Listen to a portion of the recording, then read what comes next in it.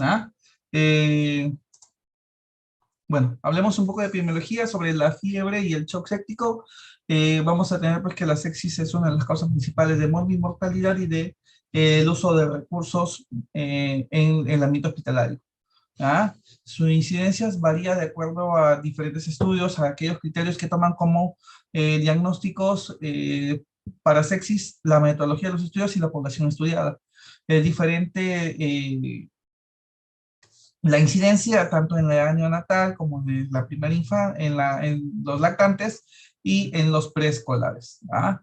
La sepsis a nivel hospitalario, sobre todo en pacientes previamente sanos, está actualmente disminuyendo debido a que hay mayor prevención gracias a las vacunas. ¿Ah?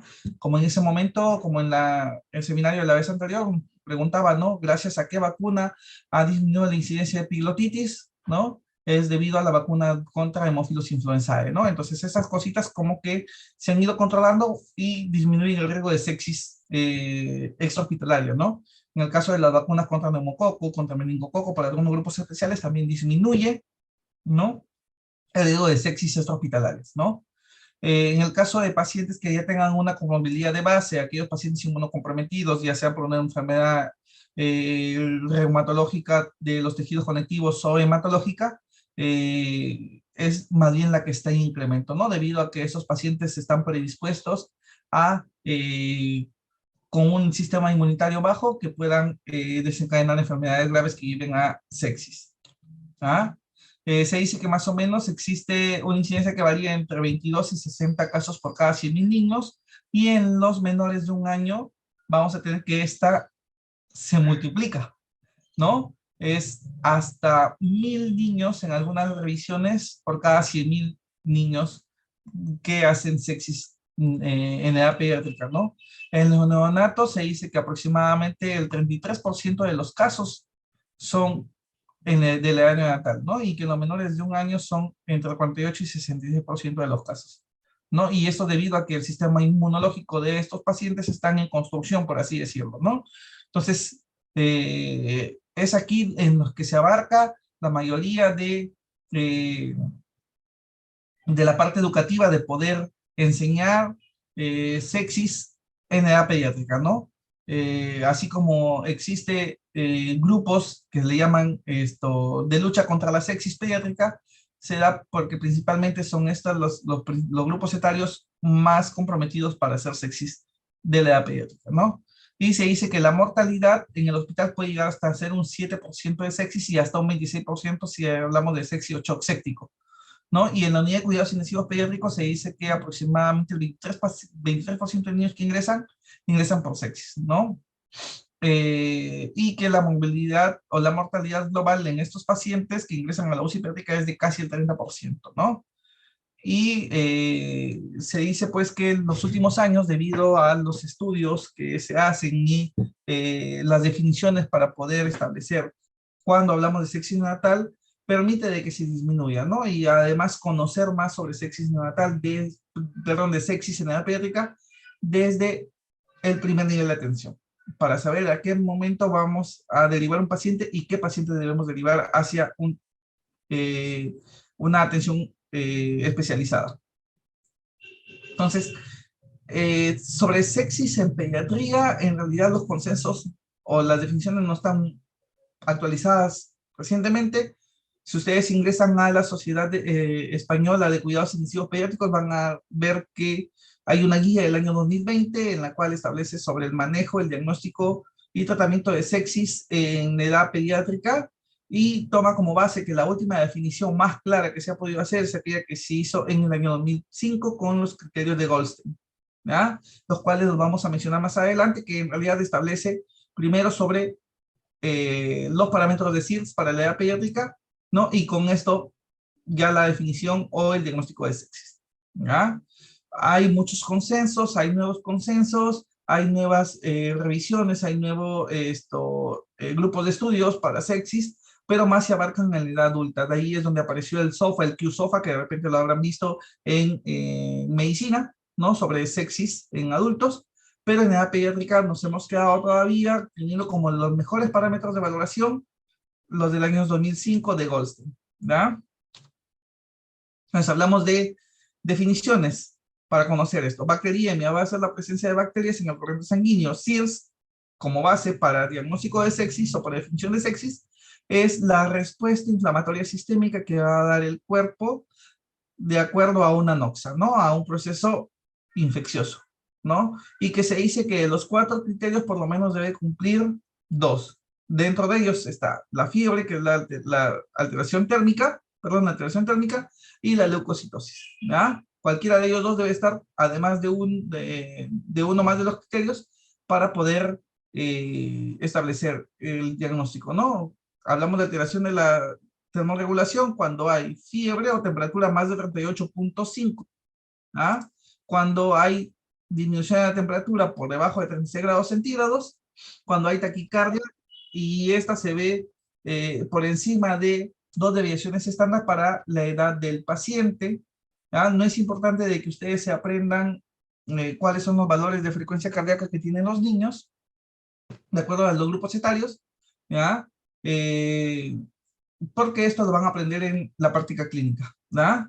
Y que esta no esté mediada porque hay estímulos externos, ya sea porque hay fármacos que producen taquicardia o porque el paciente está experimentando un dolor o porque está experimentando ansiedad. ¿Ah? También la presencia de taquipnea, que es el aumento de la frecuencia respiratoria por encima de 2 desviaciones estándar para la edad del paciente, ¿no? O la necesidad de soporte ventilatorio, ¿no? Salvo que esta necesidad sea dada porque hay anestesia general o porque hay una patología neuromuscular, por ejemplo, en los pacientes con Guillain-Barré, ¿no? En los pacientes con esclerosis lateral amiotrófica, también que pueden llegar a necesitar soporte ventilatorio, ¿no? Y la presencia de leucocitos, ya sean por encima de los valores normales para la edad, o estos se encuentran disminuidos. De manera general, por encima de 15.000 o por debajo de 5.000, ¿no? Y cuando esos están disminuidos, que no sea secundaria a una quimioterapia. Recordemos que post-quimioterapia los pacientes pueden hacer neutropenia y leucopenia. O cuando los bastones se encuentran por encima del 10%, o sea, hay desviación a la izquierda. ¿Ya? Entonces, sepsis se dice que es SIRS más la presencia o la sospecha o evidencia de un proceso infeccioso. ¿Ya? Y sepsis grave es cuando hay signos y síntomas, signos de respuesta inflamatoria sistémica secundaria a un proceso infeccioso evidente y que ya hay alguna disfunción de un órgano. ¿Ah? Cuando hay de un órgano principal, como por ejemplo el cardiovascular o el respiratorio o alguno de otros órganos, por ejemplo, hablamos a nivel hematológico, hablamos a nivel renal o hablamos a nivel digestivo, como lo vamos a mencionar más adelante. Shock séptico es cuando hay sepsis severa o sepsis grave, más la disfunción cardiovascular que lleva a una hipotensión que no responde a el manejo con fluidos, ¿ya? Generando una alteración del compromiso hemodinámico. Entonces, la evolución de la sepsis o del proceso infeccioso lo resumimos en este cuadro con sus definiciones. SIRS, ¿ya? Que ustedes van a tener en cuenta, temperatura más de 38.5, esto no lo consideren, sino más de 38.5 o temperatura menor de 36, ¿sí? Acá hablan de aumento de la frecuencia cardíaca por encima de 90, pero esto es más para adultos, ¿ya? Respiratoria por encima de 20 también es para adultos, ¿ya? Pero más o menos ese es el cuadro evolutivo, no tomen en cuenta estos valores. Entonces, SIRS, según los valores pediátricos, si hay un proceso infeccioso que está evidente o que está sospechoso, ya viene a ser sepsis severa cuando esta anterior ya está dañando algún órgano específico, ya sea cardiovascular o respiratorio o algunos otros dos menores, y shock séptico cuando hay hipotensión que no responde a fluidos en el paciente que tiene sepsis severa. ¿Ah? Este cuadro más o menos es el que se toma en cuenta para las infecciones en los pacientes adultos, ¿no? Más cuando hay un proceso infeccioso con variación de más de 2 puntos en esta escala. Ahí apareció el Q-SOFA, que yo más o menos también estaba mencionando, y el SOFA, ¿no? Hay otros scores también, como el Apache 2 y otros, ¿ya? Sin embargo, en la edad pediátrica nos seguimos quedando con estos, ¿ya? Que son los de Goldstein. Ahora, hablamos de disfunción cardiovascular o disfunción cardíaca, ¿no? Para hacer el diagnóstico de una sepsis severa, eh, cuando, a pesar de una expansión adecuada de volúmenes o de fluidos, por encima de 40 miligramos por kilo, haberse pasado en una hora, esto no hay mejoría, habiendo una presión arterial media por debajo del percentil 5 o una presión sistólica más de 2 desviaciones estándar debajo de lo normal para la edad del paciente, o cuando hay la necesidad de algún tipo de drogas vasoactivas, dopamina, dobutamina, adrenalina, noradrenalina, para mantener una presión arterial sistólica normal, aunque en edad pediátrica más trabajamos con la presión arterial media, ¿ya? O cuando hay algunos datos de laboratorio que nos indiquen hipoperfusión, ¿ya? Cuando en paciente en el examen de gases arteriales hay una acidosis metabólica que cursa con un exceso de bases de más de menos 5 miliequivalentes. Cuando el ácido láctico se encuentra por encima al doble de lo normal, cuando hay oligoanuria por debajo de 0.5 mililitros por kilo por hora, cuando hay enriquecimiento del llenado capilar por encima de 5 segundos, ¿no? Cuando hay piel reticulada, que también puede ser interpretada como esta, o cuando la diferencia térmica central y periférica es más de 3 grados Celsius. Una disfunción respiratoria cuando el PAFI está por debajo de 300, que no esté asociado a una cardiopatía congénita o a una enfermedad pulmonar previa, ¿no? O cuando la presión de CO2 está por encima de 65, ¿ya? Cuando se requiere oxígeno con una fracción inspiratoria de oxígeno mayor al 50% para mantener una saturación mayor o igual al 92%, ¿no? O que el paciente necesariamente requiera ventilación mecánica, ya sea de tipo invasivo o no invasivo. Una disfunción neurológica cuando hay un Glasgow por debajo de 11 o cuando hay una alteración o una caída del Glasgow de mayor o igual a 3 puntos desde el basal en el que llegó nuestro paciente. Supongamos el paciente nos llegó despierto, jugando, pero vemos que en las 6 horas el Glasgow cayó, ¿no? También utilizamos un Glasgow modificado para niños, pero no va a ser el tema de hoy día, y este varía más de 3 puntos. También es considerado como una disfunción neurológica, algo está pasando, ¿no? Y una disfunción hematológica cuando las plaquetas están por debajo de 80.000, cuando hay un descenso de más del 50%, ya en un paciente que se tomó en los 3 últimos días previos, ¿no? Sobre todo si estos pacientes son hemato-oncológicos. O cuando el INR está por encima de 2. Acordemos de que esto es la relación internacional normalizada debido a que existen diferencias en los valores del TP, ¿no? Nosotros recordemos que el INR tiene relación al TP, al tiempo de protrombina, ¿no? Sin embargo, como el tiempo de protrombina va a variar de acuerdo a la edad, va a variar de acuerdo a algunos laboratorios, se toma de preferencia la relación internacional normalizada que es INR. Como mayor de 2 puntos, es una disfunción hematológica, ya es un trastorno de la coagulación. Disfunción renal cuando la creatinina sérica se encuentra por encima de 2 veces su límite normal para la edad o el doble con el que llegó el niño. Y una disfunción hepática cuando tenemos la TGP por encima de 2 veces el valor normal para su edad o cuando las bilirrubinas totales están por encima de 4. Recordemos que la TGP es específica de daño hepático. ¿Ya? Gérmenes más comunes de sepsis en la edad neonatal, vamos a tener estreptococo del grupo B, o sea, el estreptococo galactea y E. coli. ¿Ya? Menos frecuente todos los demás. Por ahí en algunas series aparece la listeria monocitógenas, pero esto es más frecuente en países europeos. ¿Ya? En los menores, en niños de 1 a 3 meses, tal y cual como lo vimos en la etiología de la fiebre de tipo bacteriano, vamos a tener que más frecuentemente tenemos a neumococo y a meningococo.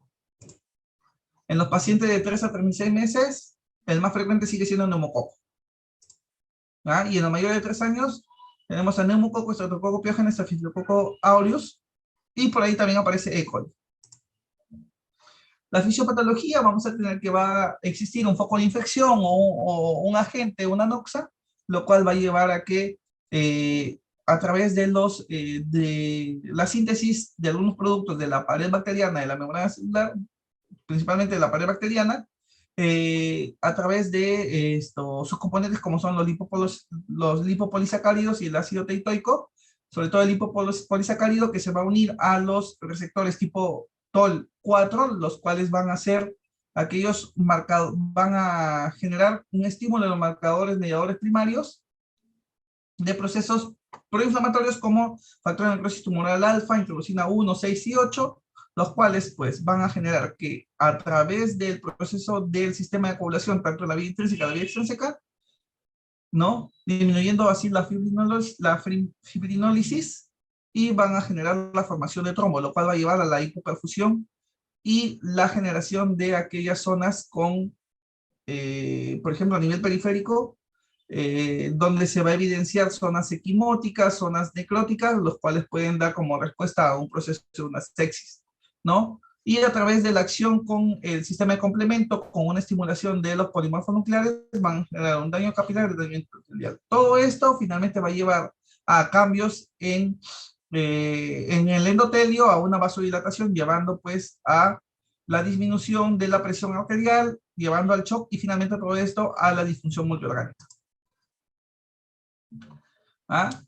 En el caso del shock séptico vamos a tener que la hipovolemia, ¿ya? Debido a una alteración del tono y la permeabilidad vascular, va a generar un adecuado transporte y utilización del oxígeno, generando mayor metabolismo anaeróbico, con ello acidosis láctica y daño celular, llevando finalmente a una disfunción miocárdica, ¿no? Generando isquemia del miocardio y disminución del efecto adrenérgico que tiene sobreacción del miocardio, ¿ya?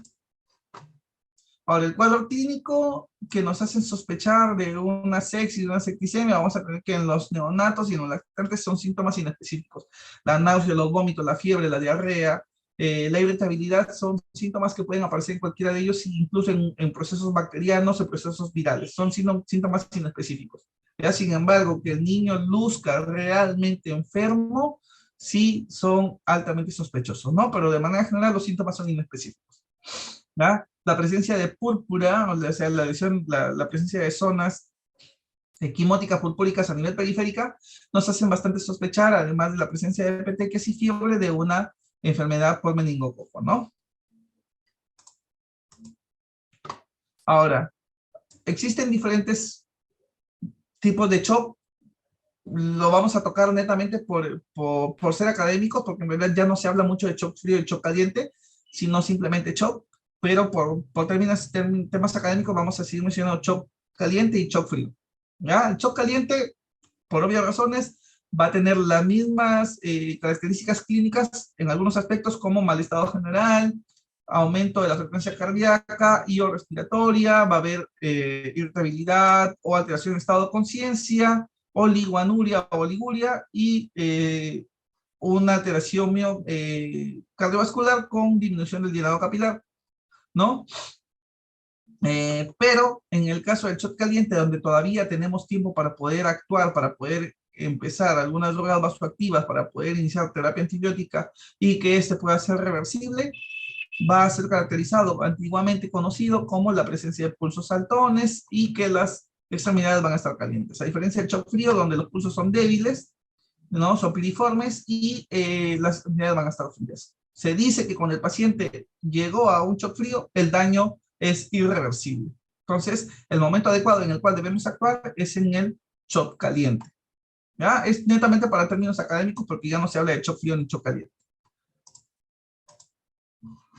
Algunos exámenes complementarios en el hemograma para el estudio de sepsis, así como para el estudio de fiebre. ¿Ya? Se dice que los pacientes que tienen leucopenia y con diagnóstico de sepsis tienen mucho más mal pronóstico.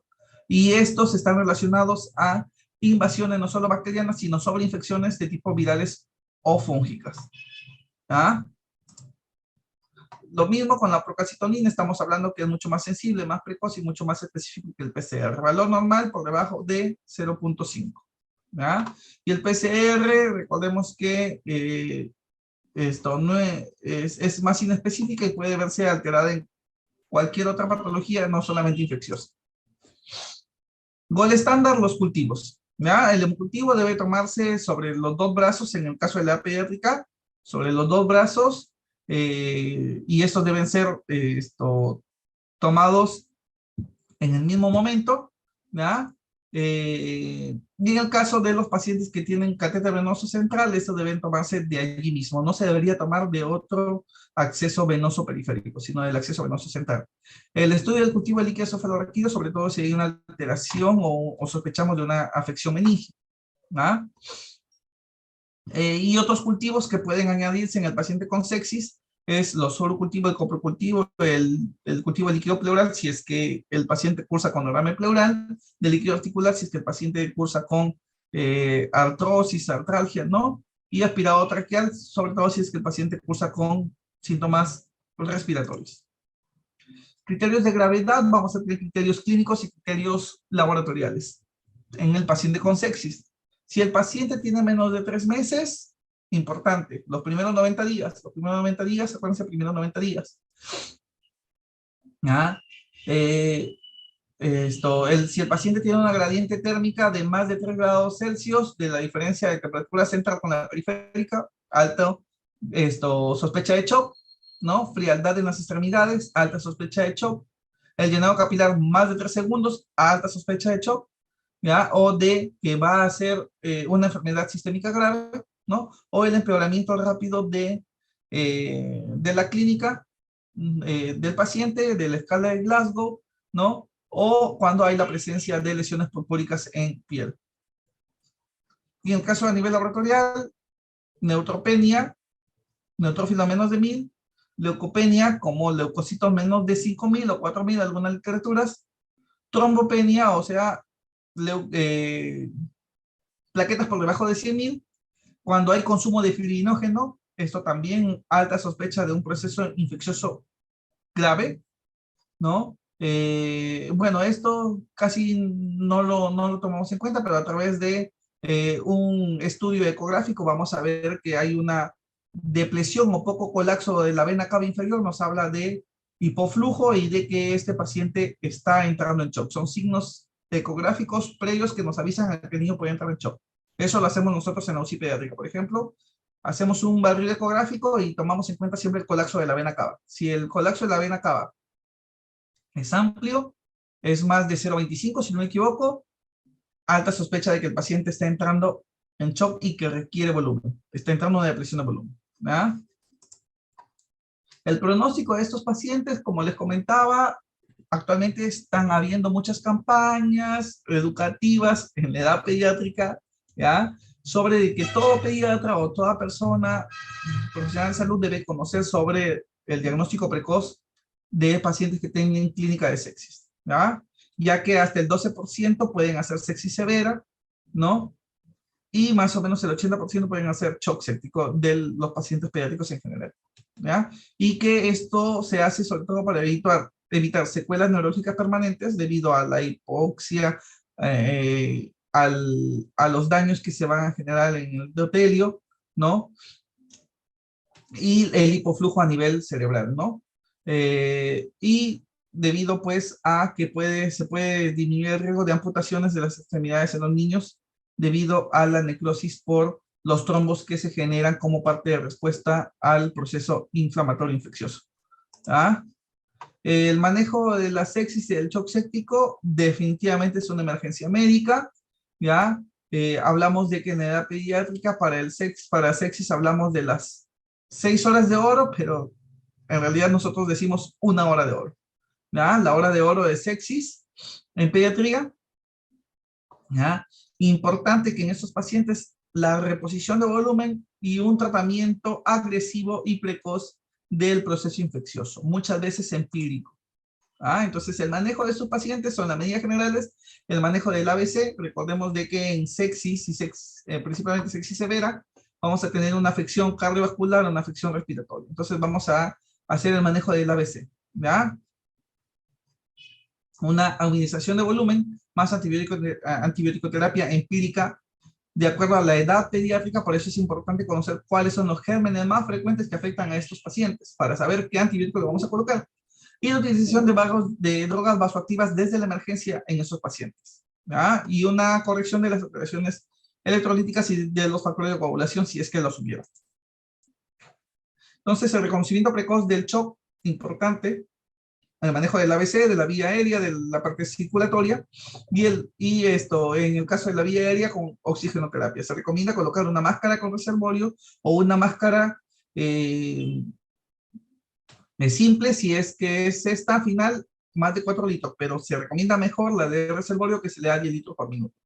Intentar canalizar 2 vías grandes en estos pequeños, y si esto no se consigue en los primeros 2 a 5 minutos, inmediatamente pensar en una vía intraósea, así como se ve acá. Existen actualmente pequeños taladros que disparan los catéteres. Sin embargo, nosotros estamos en Perú, estamos en hospitales que realmente no tienen un abastecimiento completo, lo hacemos con aguja número 18. En algún momento, si tenemos la oportunidad de rotar, ahí vamos a enseñarles, o yo les enseñaría, a través de esto, los huesitos de pollo. Y eso es muy bonito e importante que sepan, porque cuando ustedes hagan sus serums, no están muy lejos, a un par de años, van a requerir en algún momento utilizar una vía de acceso rápida en un paciente. ¿Ya? Y cuando se hace esto, a través de esa vía se puede recoger hemocultivos y analítica básica, ¿ya?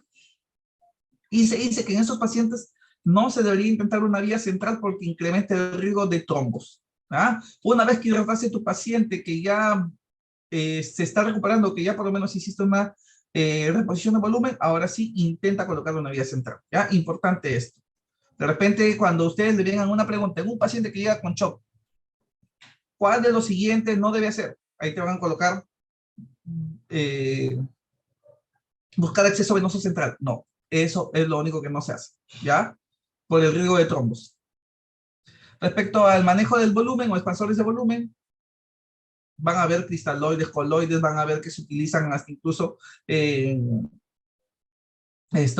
componentes hematológicos, ¿no? Tipo plasma, tipo paquete globular. No, lo primero que tienes que colocar o que tú vas a utilizar son las soluciones cristaloides. Solución salina a la cabeza, es la mejor, ¿ya? Ahora, respecto a la reposición y la cantidad que tú le vas a colocar, hasta el momento se sigue conociendo de que, o en los textos y en las preguntas te van a decir, es que tú vas a colocar bolos de 20 centímetros por kilo, perdón.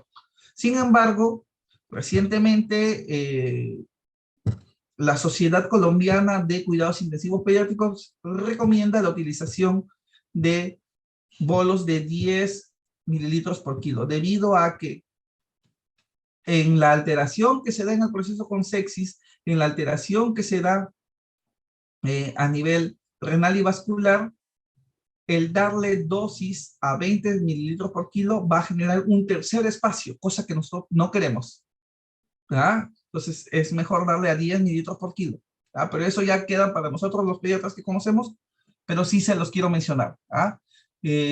Para preguntas de exámenes, ya sea del que van a dar final de pediatría o para internado y esas cositas, sigue siendo los bolos a 20 mililitros por kilo. ¿Ya?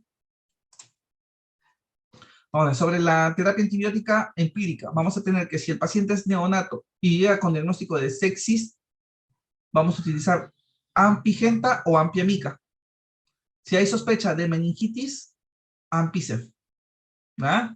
En lactantes, sobre todo en menores de 3 meses, vamos a seguir utilizando ampicilina más cefotaxima o solo cefotaxima. En los mayores de 3 meses sí podemos utilizar ceftriaxona. ¿Por qué? Por el metabolismo hepático. ¿Ya? Por el metabolismo hepático que va a tener la ceftriaxona. Entonces, si ustedes le colocan en un lactante menor de 3 meses, no utilicen ceftriaxona, que van a utilizar otra cefalosporina, que sería en este caso cefotaxima. Mayor de 3 meses, recién pueden ahí utilizar ceftriaxona. ¿Ya? Las dosis de 80 a 100 por kilo, tampoco es importante que se lo aprendan, pero por ahí ya han tenido algunos datitos. Añadir antibióticos de amplio espectro tipo vancomicina, sobre todo si hay sospechas de neumococos resistentes o portadores de catéter venosos crónicos. No solemos utilizar nosotros vancomicina de inicio porque nosotros no tenemos alta resistencia al neumococo, a diferencia de los países europeos que sí tienen alta resistencia a neumococo. ¿Ya? En el caso de los pacientes inmunodeprimidos o los neutropénicos, sí, vamos a utilizar cefalosporina de tercera, ceftazidima, ¿ya? Más un aminoglucósido. Ceftamica, por ejemplo, utilizamos. ¿Ya? En el caso de que sospecha de un anaeróbico, de gérmenes anaerobios, vamos a utilizar metronidazolo, clindamicina. Y en el caso de pacientes con sospecha de infección fúngica, vamos a utilizar anfotericina B. Fármacos vasoactivos, no es importante que se los aprendan, pero sí recordemos que cuando hay shock caliente, lo que más comúnmente utilizamos es noradrenalina, ¿ya? Y para el shock frío, lo que más comúnmente se utilizaba es dobutamina, no adrenalina, dobutamina.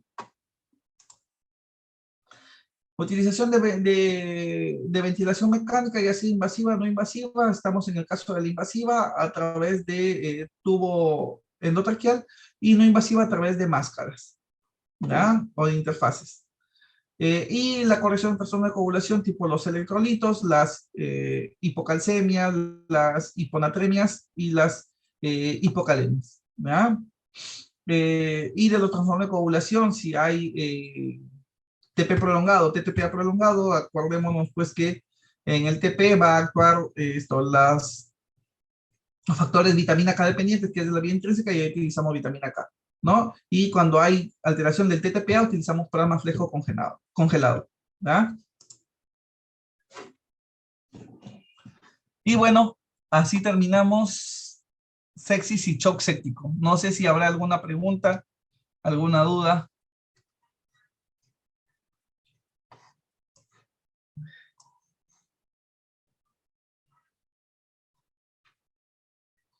¿Están ahí? Renzo, ¿alguna duda? ¿Alguna pregunta? Ninguna, creo que lo único que me pase sus diapositivas aquí para compartirlo con mis compañeros. Ya, está bien. Leslie, ¿alguna pregunta? Una serie de preguntas a los que hemos dictado, a los temas que estamos dictando, que veremos si es que las toman en cuenta. Pues, ¿no? Estoy tratado de mencionarles las cositas más importantes que deberían conocer, ¿verdad? Entonces, el día miércoles, si no me equivoco, sí, el 9, tenemos la clase de dismorfias, de síndrome dismórfico. De repente, después de esa clase, muchos nos vamos a ir a mirar al espejo y vamos a decir, algo tenemos. Entonces estoy coordinando con Renzo la hora, porque ese día, si no me equivoco, en la tarde tengo turno en la clínica y de repente lo adelantamos para la mañana, de ser posible. Muchas gracias, chicos. Que tengan una buena tarde.